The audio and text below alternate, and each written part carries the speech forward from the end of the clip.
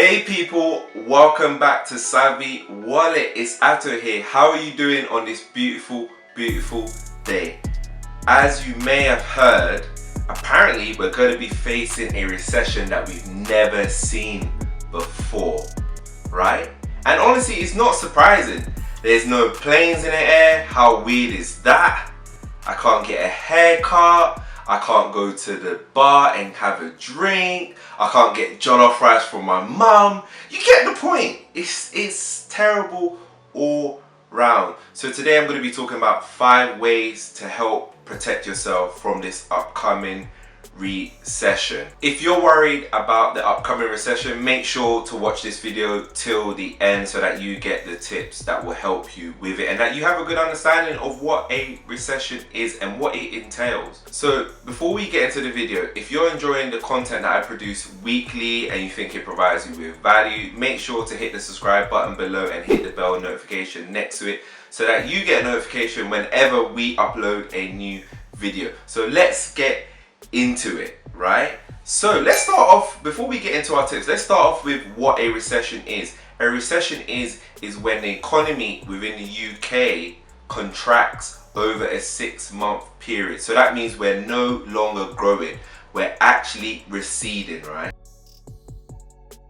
Hence the name recession, right? And GDP is falling. So GDP is basically the valuing of goods and services that an economy produces. Why are we going into a recession? Just one word. Coronavirus! So let's think about it. Let's contextualize it, right? So like, you know, I like JD Sports. I like to get trainers and tracksuits from JD Sports, right? So JD Sports at the moment is closed. So you can't go buy trainers from them physically. You can buy it from them online. They don't get customers via their stores, right? So they're losing a significant amount of their revenue. Yes, they are selling some online, but they're losing the revenue that they have for the stores. They've got to pay rent for those stores, right? They have staff that work at those stores that they're paying for that are not able to make any sort of sale. So what's going to happen, right? They're going to start making some of those staff, unfortunately, redundant because they don't need as much. So then you can see the spiraling effect. If they don't need as much staff, they don't have as much money, it means that they can't invest more money into maybe getting new product lines, which then has an impact on if there's going to be new vacancies, and then this ripple effect can go throughout the whole industry, just as it is in the airline industries. Like I said before, planes are grounded, right? So if the planes are grounded, pilots can't fly, so why am I paying for a pilot? Cabin crew can't fly, so why am I paying for so many cabin crew? I'm not trying to diss any of these jobs, I'm just trying to contextualize what the situation is like for some people, right? Because this is real life for some people, unfortunately, right? So you can see what the spiraling effect is.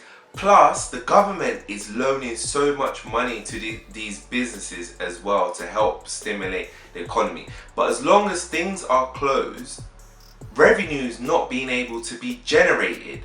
And us as consumers as well, because we're indoors and because we might have lost our jobs, we don't want to spend money as well. So when you have those two kind of situations, you can see why a recession is happening. And recessions also happened, things like the financial crisis, like back in 2008, if you remember. It didn't really impact me that much because I was quite young. I didn't really care about that sort of stuff and I was a uni student.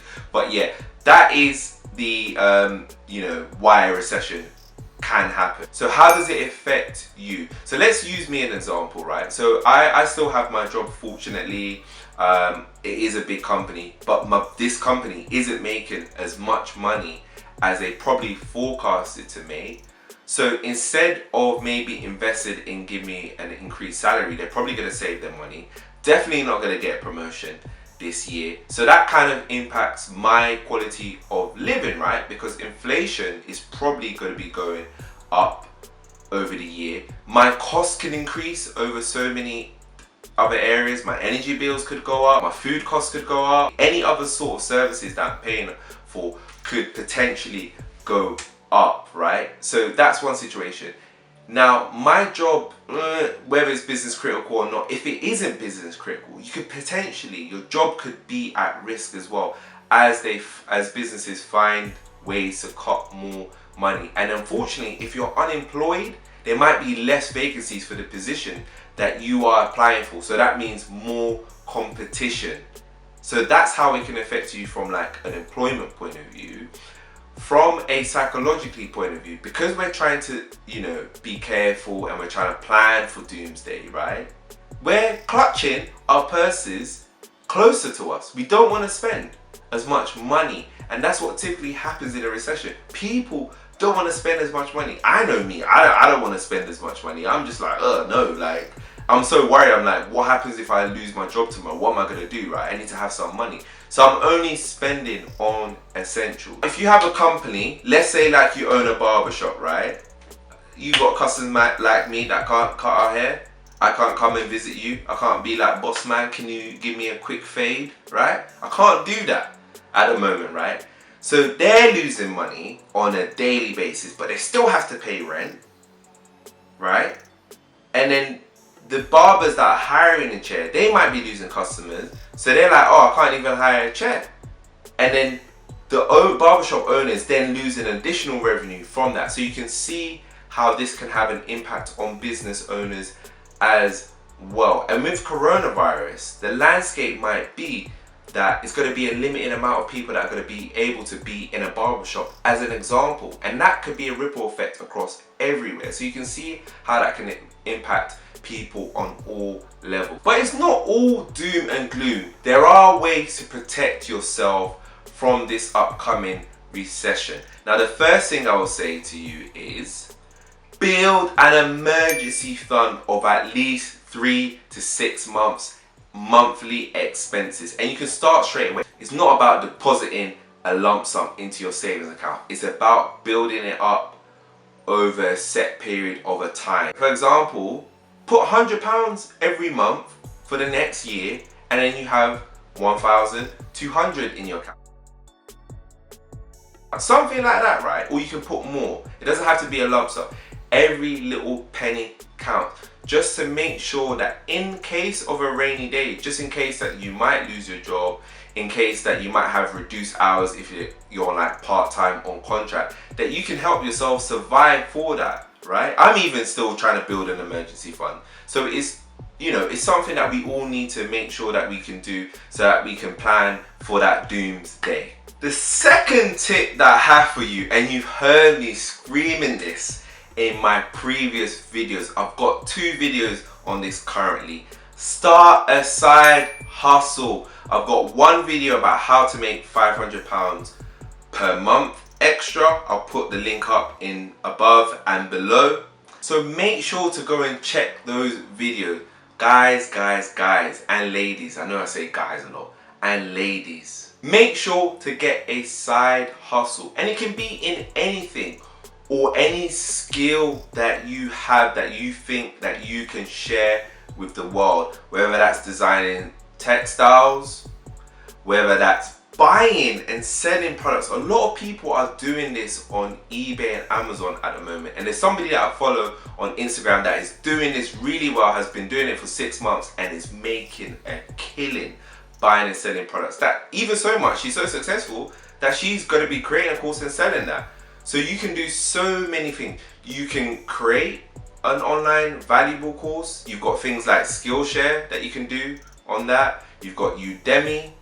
You've got Fiverr where you can sell your services. There's so many different avenues on how you can make money, right? You can do online tutoring, like I said in my previous video, part-time.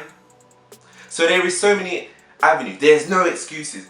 Get a side hustle, right, to help you generate some income, because that will help you boost your savings as well and help you build your emergency fund much quicker. So make sure to go and check those 2 videos out as well. I don't want any excuses for you. I'm not going to accept it. So 3, if you're worried about eating into your savings, right, make sure to set a budget. Set a budget and only purchase essentials. So that means no Jordans from the JD store, right? Online, I mean. And that means don't get a Chanel bag. Where are your priorities, man? Come on. Can't be getting a Chanel bag right now. about, yeah, I've got £1,000 in my account, I'm gonna go and get a Chanel bag. Nah. I think Chanel bags are more than that, but you know what I mean. Even a Louis Vuitton, nah, cancel that. You're not getting any of that. Keep that money in your account. So you need to keep yourself with essentials. My essentials are rice and beans. That's all I'm buying every day. That's all I'm eating. I'm not even joking. I'm joking, though. That's not me, but you know what I mean. Keep it on the essentials. So that means don't buy no clothes. Where are you going to anyway, right? And fellas, you too. No trainers, man. Where you rocking that trainers to? Nowhere. So you don't need to do that. Fourth tip I have for you. Unless your job is business critical, don't move jobs. Don't move jobs at all, because you're putting yourself at risk. Even right now, you can't even get redundancy insurance. Do you know that? All the insurance companies are like, because of COVID, we're not letting anybody get redundancy insurance. So if you move jobs, you're at a very increased risk if your job is not business critical. So don't move jobs. And I'm not talking about my friends that have previously moved jobs. You guys are cool, you're fine. But for the rest of you, if your job's not business critical, don't do it. I'm not moving jobs. Even if it was business critical, it's too risky for me to do that. I would only do that if I had about a year's emergency fund. Then I could be like, yeah, okay, cool, right? So that's the only exception. If you've got a year's emergency fund, then yeah, you can do it. And then the fifth tip that I have for you is, if you've got a high interest debt and you've got a spare bit of money that you can hit at it, then do that. Because at the end of the recession, you don't want to be in a situation where you've got a big amount of debt and you feel like you're still in lockdown. That's just like the worst feeling at all. So any high interest credit that you have, try and get rid of it. Or if it's a credit card, you can look at something like a balance transfer, where you can transfer money to a credit card with a lesser interest rate, right? So what are the opportunities? For those people who want to be really savvy and are looking for opportunities with like their spare cash, potentially the stock market could potentially go down further. So you could be looking at investing when it's low, and it can even go lower than when you invested. So you've got to be very careful. The property market's already been affected, but again, that could go even lower, right? So how long does a recession last for? Typically, it lasts for about 11 months. God willing, in our case, I hope it lasts shorter than what we have, and that we get the vaccine soon. Okay, people, that's all I have for you today. If you enjoyed the video, make sure to hit the like button. Comment below on any other tips that you have on how you want to fight recession, because it'll be good to hear and share from others. And share these videos with your friends and family. Follow us on Instagram and Twitter, and I'll speak to you later.